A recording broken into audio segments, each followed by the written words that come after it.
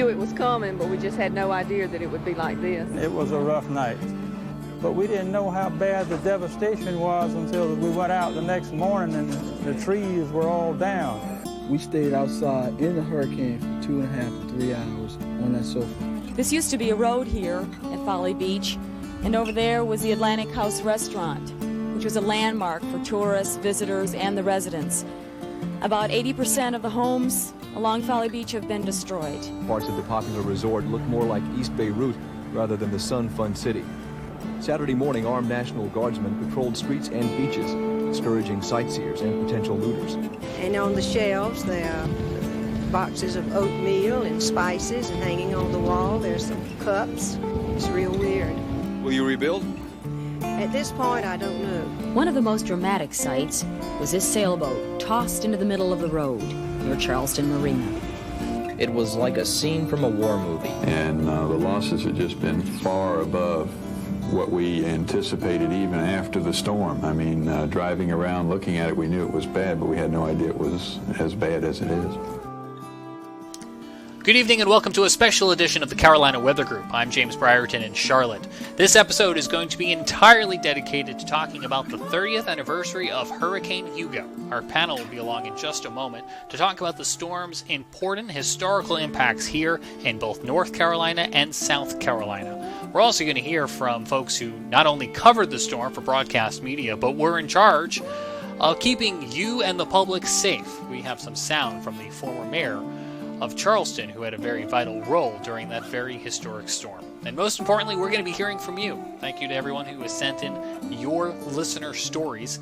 And as you watch this broadcast tonight and have not yet done that so already, we encourage you to comment on our live feed, or you can always find a way to send us a voice message on our podcast feed. Just check us out on your favorite podcast app and look for that link to send us a voice message. Now, without further ado, let's bring in panelist Tim Pounds. He's in North Augusta tonight, and he starts us off with a historic look back on Hurricane Hugo. Tim, good evening. Good evening, James. Well, 30 years ago, around midnight on September 22nd, Hurricane Hugo made landfall just north of Charleston, South Carolina at Sullivan's Island. As a Category 4 storm with estimated maximum winds near 140 mile an hour and a minimum central pressure of 934 millibars, Hugo produced tremendous wind and storm surge damage along the coast and hurricane-forced wind gusts several hundred miles inland into western North Carolina. The highest storm tide heights ever recorded along the eastern United States coast occurred around Bulls Bay at Cape Romaine. And at the time, Hugo was the nation's costliest hurricane on record in terms of damages, with around $7 billion. Unfortunately, 49 deaths were directly attributed to the storm, 26 of which occurred in the U.S., Puerto Rico, and the U.S. Virgin Islands. And now let's jump over to Scotty Powell, who's going to give us a look back at some of the regional impacts of Hurricane Hugo. Thanks, Tim. Good evening to everyone. Hugo, pretty much a benchmark storm for a lot of folks in North and South Carolina, and we're going to go over some of the impacts. We all know that Hugo first affected the Charleston area, and as we look at this map right now, you can see some of the areas affected by Hurricane Hugo. We're looking at a storm surge anywhere between 20 feet, ranging in Bulls Bay, Folly Beach, 10 to 12 feet of storm surge, Myrtle Beach, all the way up to the Grand Strand coast, 13 feet of storm surge, and even the Charleston area saw 8 to 9 feet of storm surge. Well, let's also cover some of those wind gusts, and we can look at some pictures as well that the National Weather Service has provided for us. Folly Beach, 107 mile per hour wind gust. Charleston, South Carolina, in the downtown area, 108 mile per hour wind gust. Sampit River, close to where landfall was made, 121 mile per hour wind gust registered there. Myrtle Beach registering 76 miles per hour, and even up into the Columbia area, we saw 70 mile per hour wind gusts. So as we look along the coast, you can see some of the areas affected near the McClellanville area. We saw some heavy damage along the coast with some fishing boats and shrimp boats pushed well inland from the storm surge. We look into the Charleston area, locations near Bulls Bay. Again, a lot of wind damage, a lot of trees down, and also a lot of storm surge damage as well. As we look closer to the Charleston harbor near Sullivan's Island, we see pictures of houses destroyed from the wind and the water. Just a very dangerous situation on this day back in 1989 in the Charleston area. We also see portions of a bridge that was knocked out. Yeah, Scotty, that bridge, that's the iconic Ben Sawyer Bridge connecting Mount Pleasant to Sullivan's Island. It was pretty badly damaged in Hugo. There was half of it was in the Intercoastal Waterway. But what's incredible is that they got it back up and running just the next month later. As we move up the coast into Georgetown and Horry County, we also saw some damage there. We saw damage to homes near Pawleys Island. As we go up into the Murrells Inlet, Garden City area, we see damage from power lines and power poles pushed down from not only the storm surge, but also those gusty winds in the area. And even Myrtle Beach experiencing a lot of storm surge damage as well. So we can see some manufactured and mobile homes in the Surfside Beach area, just south of the Myrtle Beach area, with the sand pushed up rows and rows into the mobile home park there from the storm surge. So lots of damage along the coast. But the unique thing about Hurricane Hugo, and the scary thing is it remained a hurricane through central South Carolina. We look near the Sumter area. We see a picture of Brown's Chapel near the First Baptist Church in Sumter, South Carolina, totally just destroyed by Hurricane Hugo. We saw wind gusts, like we talked about earlier, of 70 miles per hour in the Columbia area. We saw Hugo make damage swath across South Carolina. It caused approximately $6 billion of damage and accounted for 13 deaths in South Carolina. And Hugo wasn't finished. As it moved into the Charlotte area, we see pictures of a tower from WSOC in Charlotte, Channel 9, the receiver tower blown over from the high winds. In fact, we saw winds gusting up to 99 miles per hour in the Charlotte area. We saw wind gusts of 81 miles per hour in Hickory, and not even in the central part of the Carolinas, even in the mountains. Asheville saw wind gusts of 37 miles per hour. And this was a large storm. We even seen wind gusts 54 miles per hour in Greensboro and 54 miles per hour in the Wilmington, North Carolina area. So the storm continued to move through the Piedmont into the mountains of North Carolina, and even created damage along Virginia, up into the Ohio Valley, and eventually in Canada. We'll be right back as we continue to talk about the 30th anniversary of Hurricane Hugo here on the Carolina Weather Group. This is the Carolina Weather Group's 30th anniversary Hurricane Hugo special. Hurricane Hugo, two words that evoke a lot of emotion from Charlestonians who have been here, who lived it. It's the storm which they make their evacuation decisions. It's the storm by which everything's measured here when it comes to tropical systems. It's the storm by which we hope we never experience again, but statistically speaking, we probably will. And so Hugo is a cautionary tale. It is a clear reminder of what nature could do. Hugo is the benchmark storm. It is the one by which all other storms are measured. Wind gusts, 110, 120. Sustained winds, 110, 120. Max sustained 135 at landfall, Category 4 on the Saffir-Simpson scale. Came ashore just northeast of Charleston. Came ashore, the center's worst impacts were felt in Sullivan's Island, Isle of Palms. Numerous homes rendered uninhabitable. Couldn't live there. Many boats pushed ashore. Those photos of the boats being pushed ashore is one of the most lasting memories for me. The Ben Sawyer Bridge, like we talked about earlier, completely taken off, completely just twisted out of whack, taking a month to repair, which is remarkable. It only took that long. Numerous trees down. So many trees down in the Francis Marion Forest that there are no longer any logging operations there. It shut that down. There weren't enough trees. And then from there, the effects were felt even further inland. Monk's Corner, Goose Creek. My parents had a house there. Still in that same house. And trees going down all over the place. It was a very, very landscape changing storm. It introduced many Charlestonians to the smell of pine.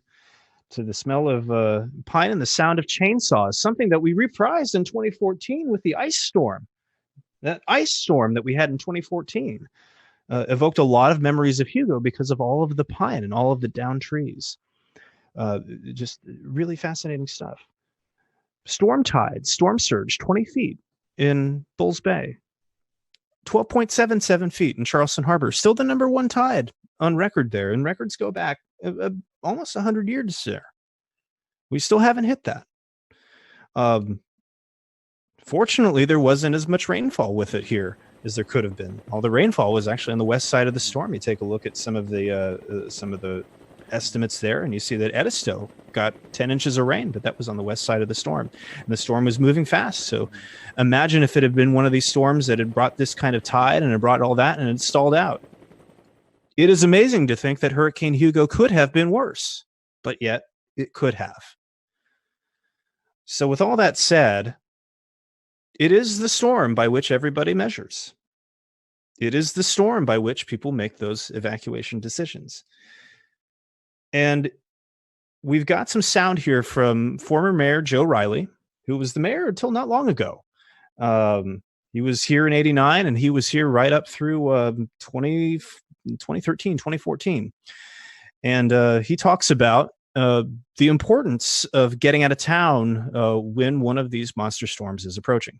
The most important thing for a mayor to do is evacuate his citizens, because hurricanes kill through storm surge more than anything else. Getting your citizens to evacuate is difficult because people don't want to leave. And you have to thread the needle between panic and fear. I called my senior staff, department heads, staff members together, and told them that we should see this as an opportunity. And they looked at me a little odd. And I said, it's an opportunity because if this hurricane comes our way, then we will have the chance to serve our citizens when they need us more than they've ever needed us before. Now, in this next clip, you're going to hear from Rob Fowler. He was here on the Carolina Weather Group 5 years ago, talking the 25th anniversary of Hugo, and talking about some of the aftermath that he saw, the initial reaction he had to the aftermath. Take a listen. Because when you walked outside that next morning and you saw the tree damage, you saw the light poles down, you saw those big old interstate signs that tell you the mileage from one point to the other, or take this exit, cut in half or fold in half like you would take a piece of bread and fold it in half. That kind of gave you an indication of the power of the storm. So I think all of us thought we didn't have anything when we went back home. Now, in this next clip, we're going to hear from Rob Fowler about his personal experiences and some of the stories he heard that came out of Hugo. I'll never forget, probably the one story I tell quite often that usually gets a chuckle. You know, we lived in a neighborhood in Mount Pleasant, and we were lucky enough to have a neighbor who runs a seafood place in Mount Pleasant, and he knew that his place wasn't probably going to be there, so he took all of his inventory, and he put it in one of those refrigerated trucks and parked it across the street in our neighborhood. So after the hurricane came and went, he opened the back of the truck, and we had cookouts. We were eating lobster and steak and shrimp, and we were really chowing down. Well, as I mentioned earlier, my wife evacuated pregnant with her Atlanta, and so she wasn't there. But when she came back at one of these cookouts, one of our neighbors who stayed in the house across the street, they came up to us and said, you know, Rob, we've decided that we made a decision about evacuation. I said, what's that? They said, the next time we see the weatherman's wife leave town, we're out of here. So, Jared, thanks so much. We're going to go a little bit further north now to Myrtle Beach. Previously on this program, we had meteorologist Tom Sorrells, who at the time was an up-and-coming meteorologist in Myrtle Beach. He now works in Orlando, Florida, a place where they are still not strangers to the hurricane. But in this experience, Tom was about to cover his very first hurricane. He was very excited, but he told us about the moment he realized he had a lot on his plate. We knew by Monday that maybe. We thought by Tuesday we might luck out. And then by late Tuesday, it was obvious, the modeling that we had the capacity for at the time. All the reports out of Miami from the Hurricane Center were not good, And so I was still 26-year-old me going, come to Papa. This is going to be fun. This is going to be great. And then Thursday, at about the 5 o'clock update, satellite technology where we could actually talk from a station like WPDE to Miami was still kind of new and cool for us.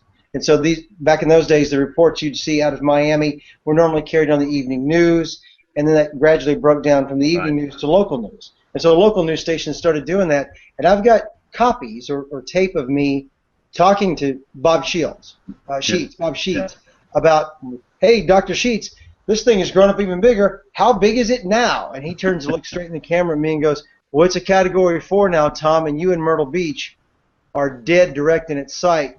You're going to be the bullseye. And I'm like, oh. And that's the first time it was ever real to me. Yeah, Dr. Sheets looked at me and said, buddy, it's you. Now, of course, it did not make that turn. Right. And ground zero for the thing was the Francis Marion National Forest, Charleston.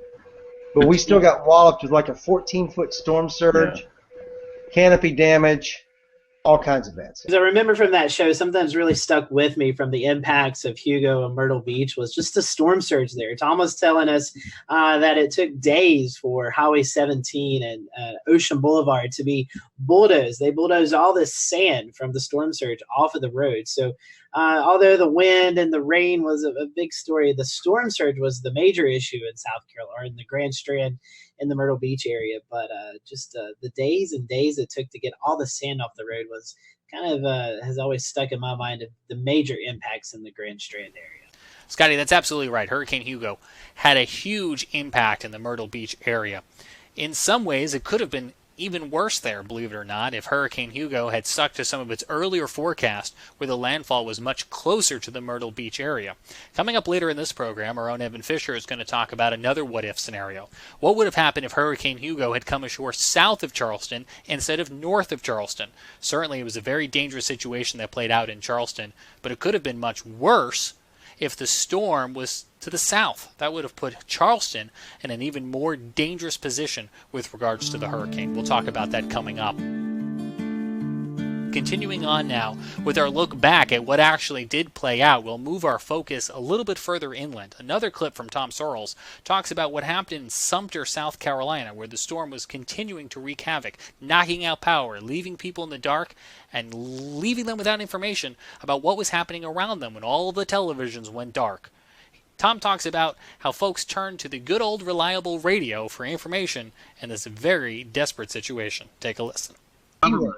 One of the heroes of that storm, I mean, we were working, but one of the heroes of that storm was a radio guy in Sumter, South Carolina, who was the voice of the storm for those folks in Sumter getting pummeled, and I can't remember his name. Yeah. But I did lots of, you always do the recovery things. You go to a big horse show, and we honor Tom Sorrells and this guy from the radio station for being on all night with us, and he was a huge hero because as power went down, everyone grabbed battery-operated radios, and they couldn't see us on television anymore, but they could still hear him. And I'll tell you, I don't know how was it with you guys, Tom, but one miracle happened, and the phone lines never went down. We were able to communicate via phone with whomever we needed to, but there was a radio station for us in Jacksonville, Florida. I'm not sure what station, but they were one of those clear channel stations broadcasting. So we actually had people in Charleston calling that radio station saying, hey, I'm looking for Tom, and I'm looking for Jane, and so it was for us therapeutic in the sense that people could find out if their loved ones were okay, and that the fact that the phone up and a radio station in Jacksonville, Florida, kind of akin to what happened in Sumter, that was our outlet of getting information in and out to people in Charleston. And from the Sumter area now, we head a little bit further north to talk about the impacts the storm still had as it came into western North Carolina, including in the Queen City. Scotty Powell picks it up from here. Scotty? Not only did it bring along the rain, but it also brought gusty winds. In fact, there was a lot of wind in lots of places that don't experience hurricane winds. We caught up with Eric Thomas earlier this summer at the National Hurricane Awareness Tour. Eric reflects back on what he remembers as Hugo was bearing down on Charlotte, North Carolina. You know, I got here in the fall of '88, and in November of '88, they had that F4 tornado up in Raleigh. And next thing I know, I'd barely got my feet on the ground, and I'm in a helicopter flying over this tornado damage and thinking, oh my goodness, what have I got myself into? So I got through that, and then '89 rolled around, and here comes Hurricane Hugo. And I have to tell you, we were woefully under-equipped back then in the weather department. We actually, when I got here, I was the first meteorologist to ever work at WBTV. So at the same time that I got there, they were feverishly trying to bring in the weather equipment that would allow me to really do my job as a meteorologist. So at that point, we really didn't have any real analytical equipment. So I was a slave to just this little sheet of 1 page of weather, surface weather maps from AccuWeather to kind of like look at this and go, oh, gee, there's a cold front, there's a warm front, and that looks like a hurricane. You know, and so, I mean, we had the little 300 baud weather ticker back then, you know, tick, tick, tick, tick, tick, tick, tick, tick, you know, bringing up the data. And so, but to their credit, you know, AccuWeather, as this storm was getting closer, you know, was letting us know, look, this thing has got a very fast forward speed. It was like coming into the coast at around 35, 40 miles per hour. And the problem with that is you got a Category 4 hurricane down there, and this thing is going to be up in Charlotte, you know, within 4, 5, 6 hours. That's not much time for a Cat 4 to spin down, is it? Right. And so we were warning people, look, this is going to be different than most of the coastal hurricanes in the past. And we were feverishly trying to tell people to tie everything down, get ready, this is not going to be good. Even with that, though, we had no idea that it was going to create the amount of destruction that it did. I remember when the first light came up, and I was there all night, and we looked out the windows out of the radio station that we have there, and my jaw just dropped because it seemed like there must have been 95, 100 pine trees that were just mowed down. It looked like Godzilla had come through. I mean, it was unbelievable. And then, of course, the rest is history. You know, we've always heard about how people were without power for 3 weeks. You hear the sounds of chainsaws buzzing in the air, you know, week after week. I remember when I was trying to get home that day, and it took me a long time to get home because of all the blocked roads, that, you know, the very first intersection that I came to, right at the bottom of our hill, there was a National Guardsman there with his M16 machine gun, you know, in the intersection. And that's when it really hit me. I thought, you know, it feels like I am in a war zone here. And that's what it was, you know, with just the complete destruction of the infrastructure around Charlotte, and all the trees down, the roads blocked, stores closed, nobody could get gas, you know, and it was just really intimidating, you know, to be a part of that as a citizen. And then after that, of course, you know, all the cleanup and the recovery began. Very unique story from Eric Thomas. We also caught up with Larry Sprinke at the Charlotte Douglas International Airport for the hurricane awareness story. And Larry tells us about what it was like covering Hugo while on the air, broadcasting to the many folks watching as Hugo bared down on western North Carolina. And obviously, you know, this is going to my 35th year. I've seen and covered quite a few, but that one specifically impacted me directly because the morning that actually hit Charlotte, at the station we had a limited staff. We had 2 of us in the weather department, Steve Raleigh and myself, and just a nucleus of people to run the station. So there were maybe 12 people at the most in the station. So they decided to lock a camera down in the studio. So the meteorologist is on air with a lockdown camera. Steve was taking a break, and I think it was maybe 4:20ish in the morning. We'd been outside, inside. We knew that the run of the storm was hitting, and I'll never forget the camera was like here in front of me. And off to my left is the main part of the studio. And so I'm talking, and I'm saying, we've had reports of wind gusts over 90 miles an hour near Shaw Air Force Base, winds over 70 miles an hour in Charlotte. And about that time, I could hear something off to my left, kind of a creaking sound. And then all of a sudden, I looked over, and about 500 pounds of ceiling came in right next to me. So the camera didn't pick it up, but I'm like this. The camera is here, but my eyes are like this. And part of the ceiling just caved in front of me. We've received gusts up to about 100 miles an hour, Shaw Air Force Base. I've been distracted because, as a lot of people are experiencing, part of our ceiling just collapsed in here. This is a very serious system. Back to you guys in the newsroom. So it went back to our news anchor at the time, Rick Jackson.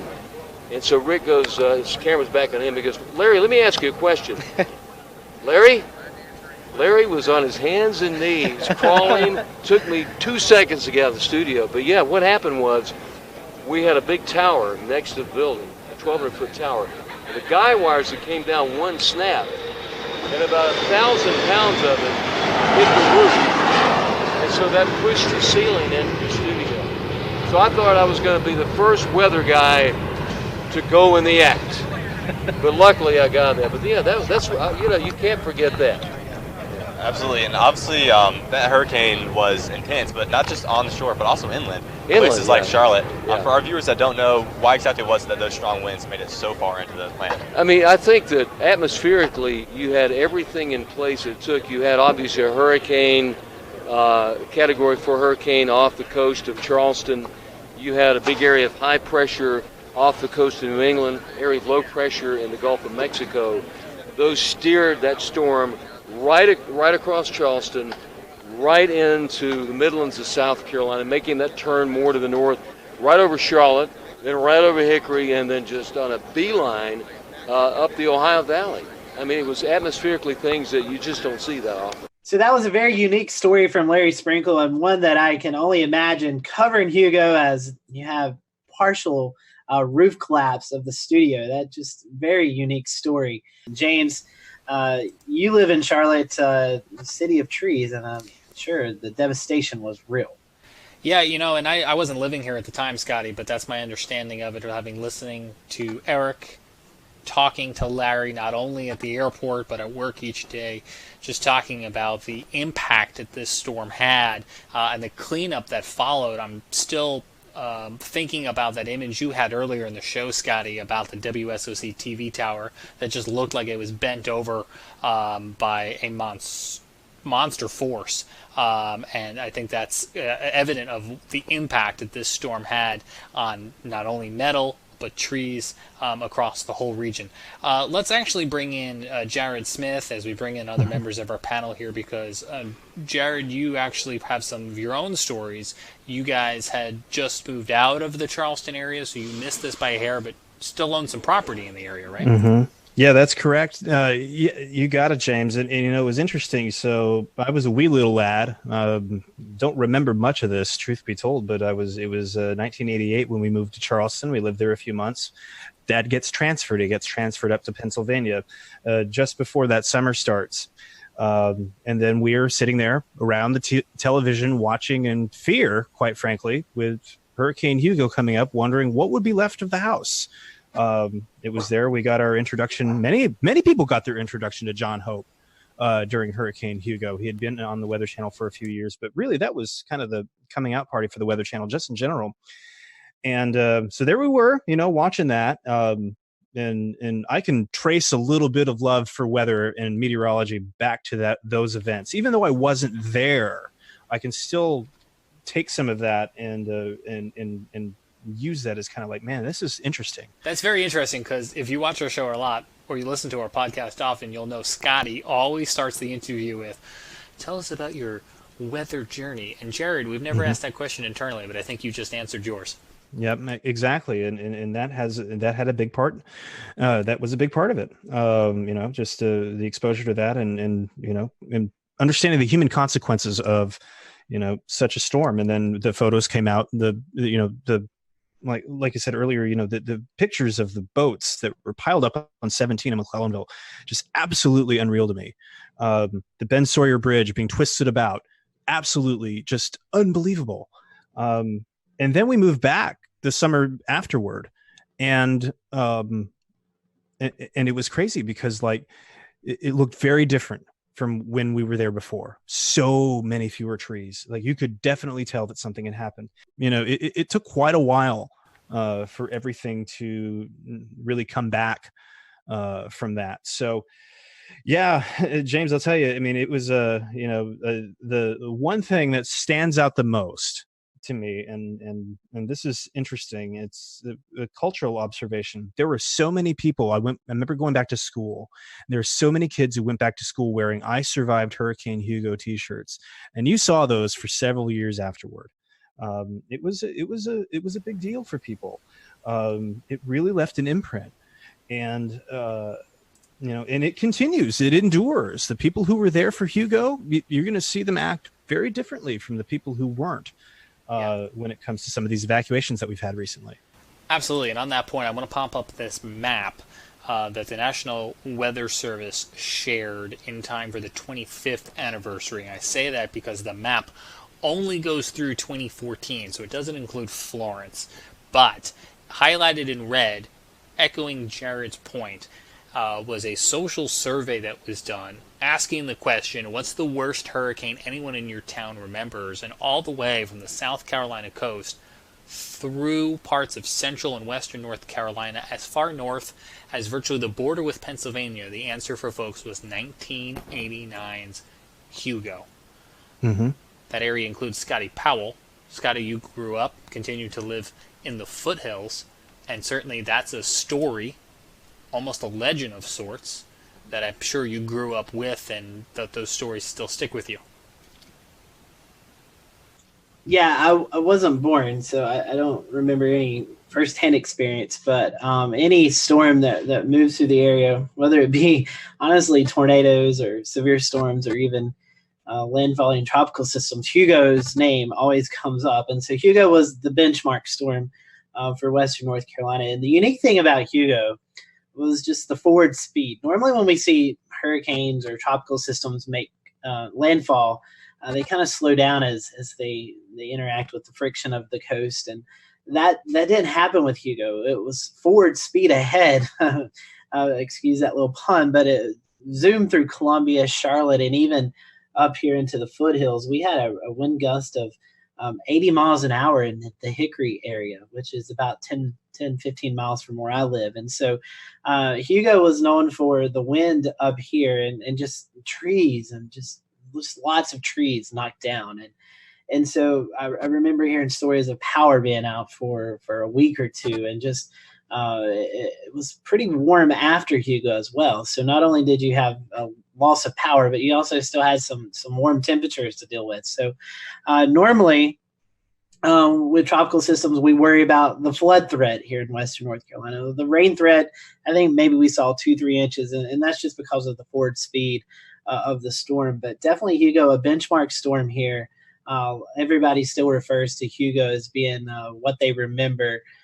Whenever you ask about weather, that's what people bring up here in western North Carolina, and just the sheer destruction that it caused hundreds of miles inland. We're about 250 miles from Myrtle Beach, and just the destruction that it caused well inland, and will always be remembered here. And Hugo will always be that benchmark storm, not only for the Charleston area where Jared's at, but also here in western North Carolina.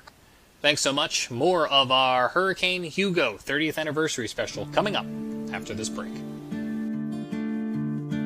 Let's now hear your stories. Let's bring in Tim Pounds. He has a look at listener stories that you all submitted to us here at the Carolina Weather Group. Thank you, guys. And now we want to take a moment to listen to your stories. Here are a few experiences shared with us by our listeners. I'm Jamie Franklin, and I survived Hugo. My family waited too long to evacuate, so we ended up in Florence, South Carolina, as Hugo literally ran us over on its trek through South Carolina toward North Carolina. The wind picked up and the lights flickered like 1,000 freight trains headed at you at once. The aftermath was just horrific, like a bomb had been dropped. Trees down everywhere. Roads were impassable. Homes damaged. The electricity was out in my area for 13 days. All we heard during the day was chainsaws and generators at night for those lucky enough to have them. It was scary, but we were resilient and we made it through. I'll never forget it. 30 years has gone by so fast. Hey, I'm Gene. I'm from northwestern Burke County in the Fish Hatchery Road area, and I remember Hurricane Hugo very well. I remember the night before sitting at the Red Lobster in Hickory, telling my wife, no, don't worry, a hurricane's not going to hit Hickory or Morganton. But the next day, we were made believers of that. And I can remember being at work at the fish hatchery and standing outside and feeling rain, wind-blown rain coming through the zipper of my state-issued rain jacket. And there's still time to send us your stories. Send us your story in the comments section below this video, or click the link in the description to leave us a voice message. Tim, that's absolutely right, and we would still love to hear folks. So even if you're listening to this podcast at a later time, just go ahead and scroll on down to that show description and look for that link to send us a voice message. We'd love to hear from you, and we'll certainly revisit more of those listener stories. All right, we told you earlier in the program we were going to talk about one of the what-if scenarios. What could have happened if Hurricane Hugo had come ashore to the south of Charleston instead of to the north of Charleston? Let's bring in Evan Fisher with a look at that perspective. Evan? Yeah, thanks, James. So, as we saw 30 years ago, Hugo did make landfall on the northern end of Isle of Palms, which is about 5 miles north of the city. But it would have been a totally different scenario for the downtown area if the storm had made landfall on Kiowa Island, which is about 10 miles south of Charleston Harbor. Now, that 15 to 20 miles may not sound like a big deal, but it would have made a huge difference for storm surge values in the downtown area, which is already so prone to flooding. When the storm passed back in '89, downtown Charleston, the tide gauge recorded a water level of just over 12 feet, which was a record, and that record still stands today. But that record could have been significantly higher if that storm had made landfall further south. And that's something that we hope we never have to see, because with all the old architecture in this area and the low-lying roads that flood on sunny days here in downtown Charleston, it is a scary thought to think that that could happen one day. Yeah, Evan, absolutely. And hopefully we don't ever see that scenario, but it's something to be very mindful of. Speaking about modern day storms, I was working with my Dayside colleague Chris Mulcahy the other day, and we noticed something very interesting while looking at some of the facts and figures for Hurricane Umberto, which you'll recall was out in the Atlantic last week and eventually moved on towards Bermuda. Very little impact, luckily, on us here in the Carolinas this go around, but Umberto was actually the name that was placed onto our standardized list of hurricane names after Hugo was retired.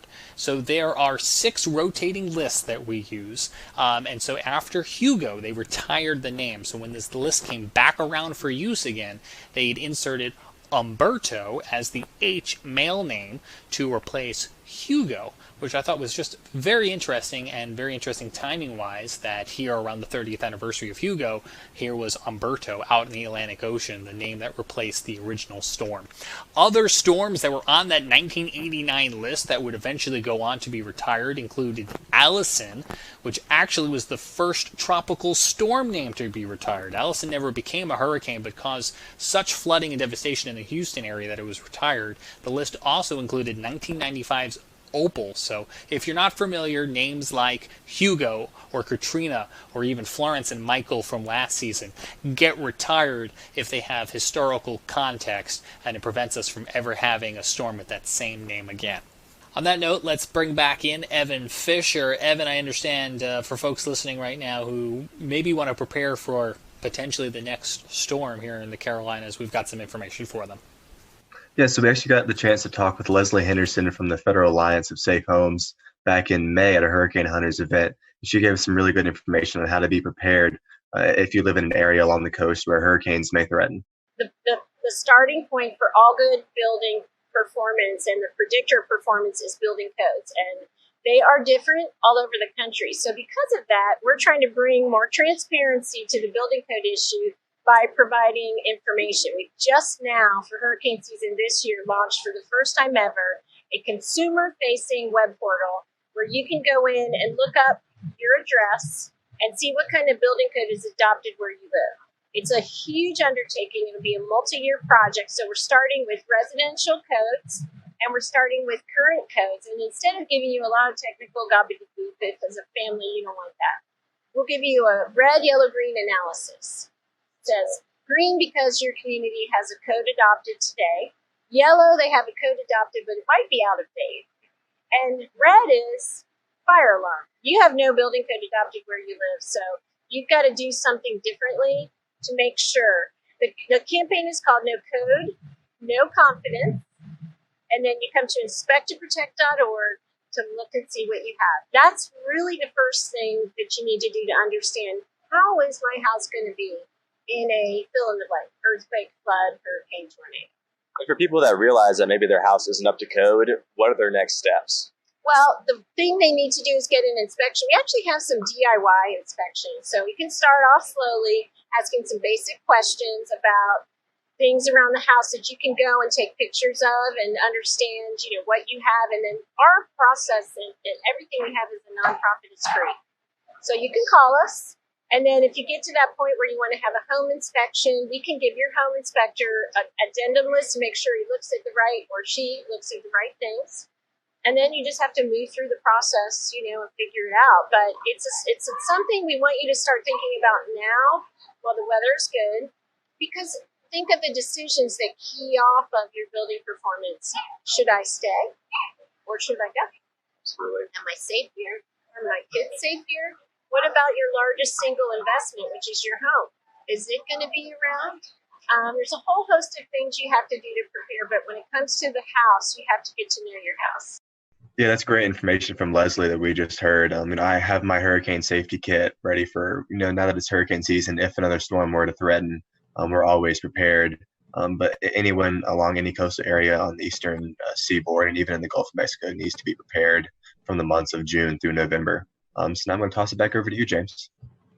Yeah, Evan, absolutely. And we want to take this opportunity as we look back at Hurricane Hugo to really prepare for the next big storm, because unfortunately it's not a question of if the next big storm will come, but when. And as North Carolina and South Carolina reflect on two 500-year storms in the past 2 years alone, there are now calls for smarter ways for the federal infrastructure across the Carolinas to prepare to handle and to off-put the floodwaters that are caused by these tropical storms. Mary Sherman files this report. Hurricane Florence flooded more than 1,200 roads in the state in 2018, all while repair work from 2016's damage to Hurricane Matthew was still underway in some spots. While coastal cities bear most of the brunt of storms, Wilmington Mayor Bill Saffo says more inland communities are facing destruction. A lot of those people are throwing up their hands and saying, enough's enough. I'm moving to higher ground and saying, I'm not going to experience another flood. I've had enough. Forbes Tompkins with the Pew Charitable Trust Flood Prepared Communities program contends communities need more resources to protect infrastructure. At the federal level, there needs to be a greater investment and prioritization of pre-disaster mitigation and resilience to help these communities get ahead of the next storm. More than 36 city leaders from North Carolina recently sent a letter to the U.S. House Committee on Transportation and Infrastructure urging members to create a federal aid highway pre-disaster mitigation program. A Pew poll found 77% of Americans support a requirement that federally funded infrastructure in flood-prone areas be constructed to better withstand the impacts of flooding. And Tompkins encourages congressional leaders to better account for future flood risk as they work to modernize the country's infrastructure. Just to make sure that when we build something, we're doing it right the first time. Infrastructure is typically designed to last 40, 50, 60 plus years, so we need to account for risk throughout that design lifetime. Saffo adds that flood mitigation plans also should include larger stormwater ponds, upsized pipe infrastructure, and updated and expanded flood risk maps. Saffo notes it only takes one to devastate a community. Something is happening in the environment that is triggering these events to take place more frequently, and the impact is much greater, and they seem to be much slower moving storms, much wetter storms, which carry a tremendous volume of water. Data from the National Oceanic and Atmospheric Administration shows flood-related disasters have increased by tens of billions of dollars every decade since the 1980s. For Public News Service, I'm Mary Sherman. Support for this reporting was provided by the Pew Charitable Trusts. Certainly that's a story we will continue to follow here on the Carolina Weather Group, where each week we follow weather-related news here in the Carolinas and talk to newsmakers. And so we hope you will join us back here this Wednesday night at 8:15 p.m. Eastern Time for an all-new episode of the Carolina Weather Group. We appreciate you tuning in on this special Sunday evening as we take a look back at the 30th anniversary of the landfall of Hurricane Hugo here in the Carolinas. If you have a story that you want to share and you haven't done so already, We invite you to share it right now in the comments of this video, or if you're listening on the podcast feed, check out the show description. There's a link in there for you to record a voice memo, and we'll be revisiting all of those coming up real soon, so don't feel like you've missed out. We still want to hear from you, and so we hope that you'll take the time to send those to us here at the Carolina Weather Group. On behalf of the entire panel, I'm James Brierton in Charlotte. Thanks again for listening. Stay subscribed, and we'll see you back here Wednesday night for an all-new edition of the Carolina Weather Group.